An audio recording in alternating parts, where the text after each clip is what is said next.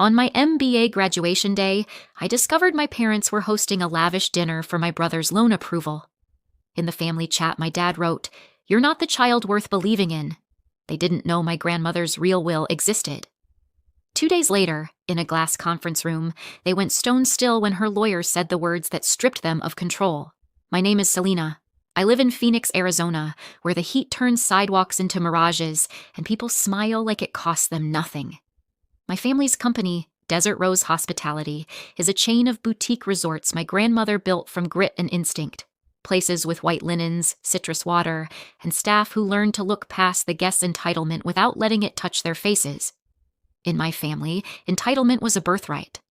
My older brother, Kyle, was the kind of handsome that made strangers forgive him. He spoke in big promises and laughed as if he'd invented laughter. My mother called him a leader, with the devotion other women reserved for prayer. My father loved him the way men love a sun who reflects them back, bigger, shinier, louder. I was the numbers girl, the quiet one, the one who didn't cause scenes, which in our house meant I didn't cause inconvenience. I learned to sit at the edge of photos. I learned to swallow words like pills. I learned that when my mother said, "Don't start," she didn't mean don't start an argument. She meant don't start existing too loudly. When my grandmother died 3 years ago, Kyle took her chair as CEO like it was a throne that had been waiting. No one questioned it. Not even me. I went to work as a financial analyst and studied at night for my MBA, telling myself that if I earned enough proof, someday I wouldn't need permission to matter. Then graduation arrived, and the proof didn't matter to anyone who had already decided what I was. I stood in my cap and gown with a diploma in my hands, and no family in the audience.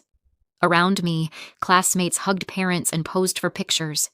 Their joy had a sound. Laughter, camera shutters, the wet sniff of people who believed endings were also beginnings. My phone buzzed, and for a heartbeat I thought, absurdly, that my mother had finally remembered. It was the family chat. A photo loaded first. A marble table at an upscale steakhouse, crystal glasses lifted mid-toast, Kyle's grin bright as a billboard. My mother's caption, "To our boy, pre-approval came through." Kyle typed, $18 million, renovations, expansion. Desert Rose is about to level up. I stared at the number until it stopped being abstract and started feeling like a blade. I wrote, "Do you remember what today is?" 3 dots appeared. Then my dad's message hit the screen like a punch. "Kyle is securing our future. Stop pulling attention to yourself. You're not the child worth believing in." I felt it in my body first. Hot behind the eyes, cold in the hands. The kind of humiliation that doesn't explode, just settles in like sediment. I walked out of the auditorium before the ceremony ended because I couldn't stand the sound of other people being celebrated. That night, I sat at my kitchen table with my laptop open and my diploma still in its sleeve like a joke. Being ignored had trained me to observe, and observation had trained me to distrust stories that didn't match the numbers. $18 million on the terms Kyle had vaguely mentioned in a board email didn't make sense. Healthy companies don't celebrate financing like a lottery win. Healthy CEOs don't toast a loan approval before the paperwork is even signed. So I checked. Public records, property filings, any trace of the lender. And when I found it, my stomach turned. It wasn't a bank. It was one of those private funds that wear respectable branding like perfume over something rotten. Alternative capital. Flexible solutions. 15% interest, escalating penalties, collateral requirements built to trap. This wasn't money you borrowed because you had a vision. This was money you borrowed because you were desperate or reckless enough to confuse the two. I ran the projections until my eyes burned. Under that structure, Desert Rose would bleed. Then it would break. The resorts would be stripped for parts while Kyle kept smiling for cameras. I thought about calling my mother. I pictured her sigh. "Selena, you're overthinking." I thought about telling my father. I heard him already. Kyle knows what he's doing. So I didn't call. The next day, right after noon, a number I didn't recognize appeared on my phone. "Selena?" a man asked. "Yes." "This is Mateo Rosas. I need you to meet me. Not at the office, not on company lines." Mateo Rosas, head of the workers' union. A name my father said like an insult. A name my grandmother had said with something like respect. My pulse ticked up. Why me? Because your brother is about to sink the company, Mateo said, and his voice had the tight calm of someone who'd been holding in panic for a long time. And because your grandmother told me, if it ever came to this, you'd be the one who could stop him. 20 minutes later, I was in a diner off Camelback, sliding into a back booth with a man who looked like he'd slept less than I had. Mateo didn't waste time. He pushed a thick folder across the table. Your brother's real books, he said. I opened it, and the world tilted. Transfers that didn't match our reports, payments to shell companies, withdrawals in ugly patterns, and then the unmistakable trail. Cashier's checks, $500,000 here, $800,000 there, sent to casinos in Las Vegas like offerings. I looked up, my voice thin. No. Yes, Mateo said. He's a gambler. Not the cute, weekend poker kind. The kind that chases the feeling until the feeling eats everything. My mouth went dry. The loan is to cover $6 million he already owes, Mateo said, and to buy him time to keep lying. I flipped another page and saw a deed of trust, my mother's name printed clean and official at the top. Under it, her signature, close enough to fool someone who wanted to believe, wrong enough to make my skin crawl. He used your parents' house as collateral, Mateo said. He forged your mother's signature. For a second, I couldn't breathe. I pictured my mother's taste for control, her constant need to look untouchable, and realized Kyle had used that vanity as a blindfold. They don't know, I whispered.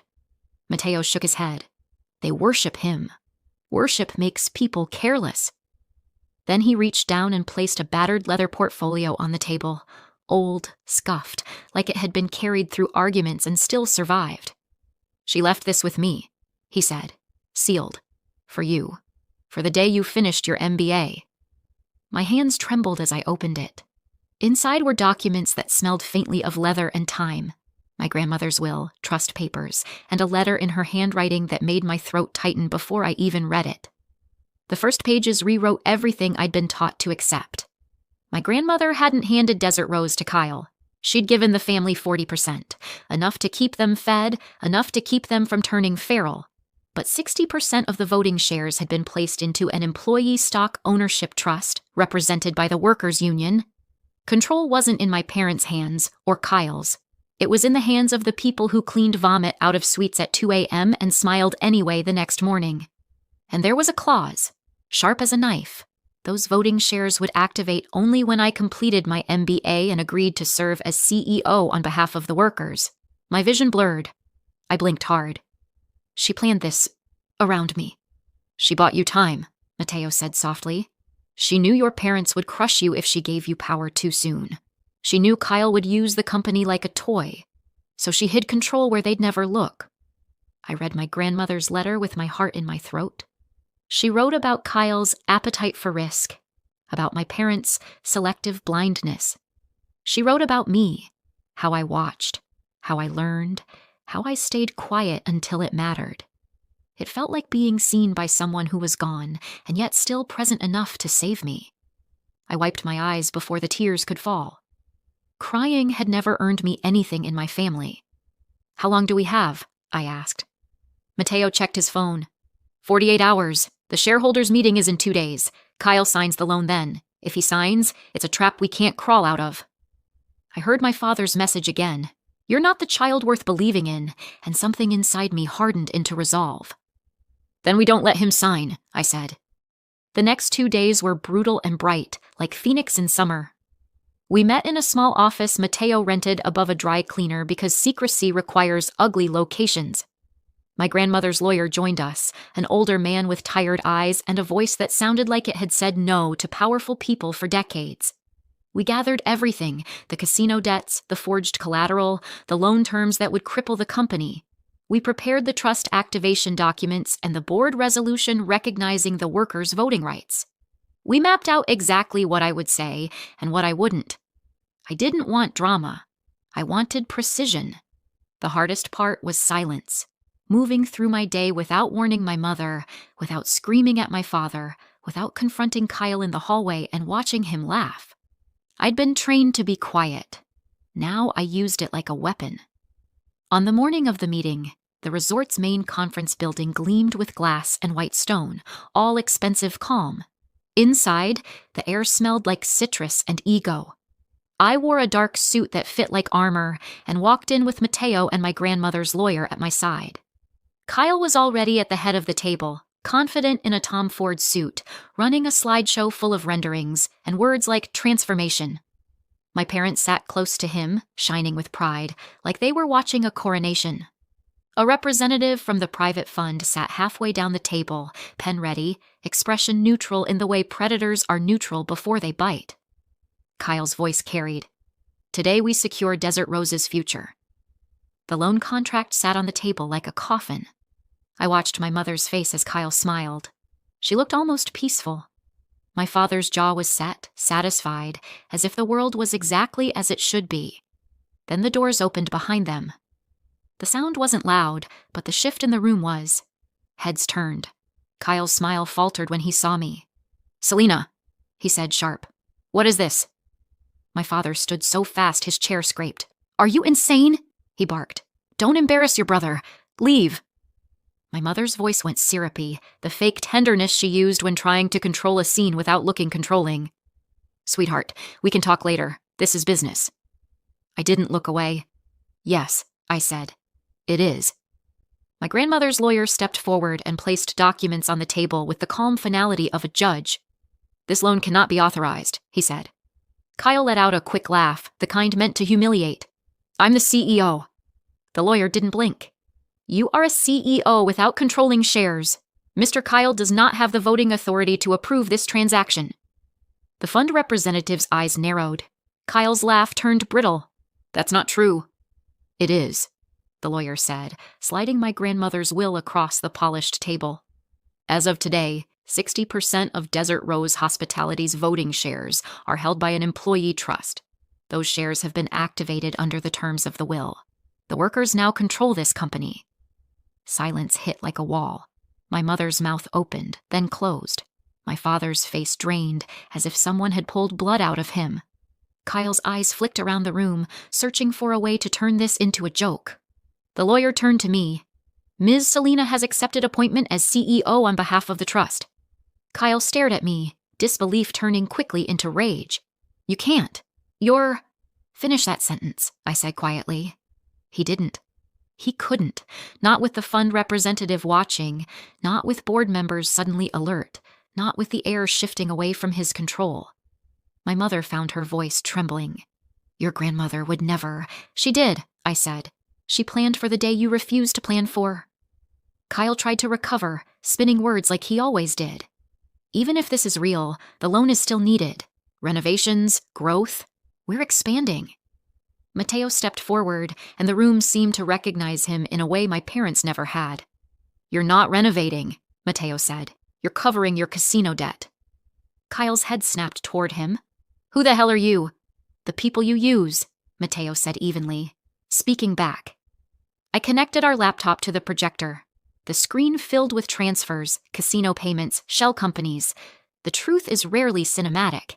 It's usually a spreadsheet, but in that room, the numbers looked like blood.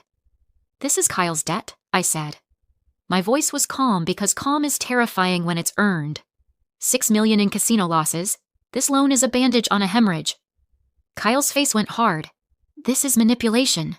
Selena, you don't understand." "I understand exactly," I said. "I've been understanding for years. I just stopped asking permission to speak." I clicked to the next page. The deed of trust appeared, my mother's name printed clean at the top. "And this," I said, "is the collateral Kyle filed. Mom and Dad's house. Here's Mom's signature." My mother leaned forward, eyes wide. "I didn't sign that." Kyle's voice cracked. "Mom?" I clicked again. A handwriting analysis report. Clinical, unemotional, ruthless. "It's forged," I said, "which makes this fraud." The fund representative's posture changed in a way that made my stomach go still. He looked at Kyle like Kyle had transformed from client into liability. "Ms. Selena," he said cautiously, "are you prepared to substantiate these allegations?" My grandmother's lawyer answered before I could. "We are prepared to submit this evidence to federal authorities today. If your fund proceeds under false authorization and forged collateral, you will be named."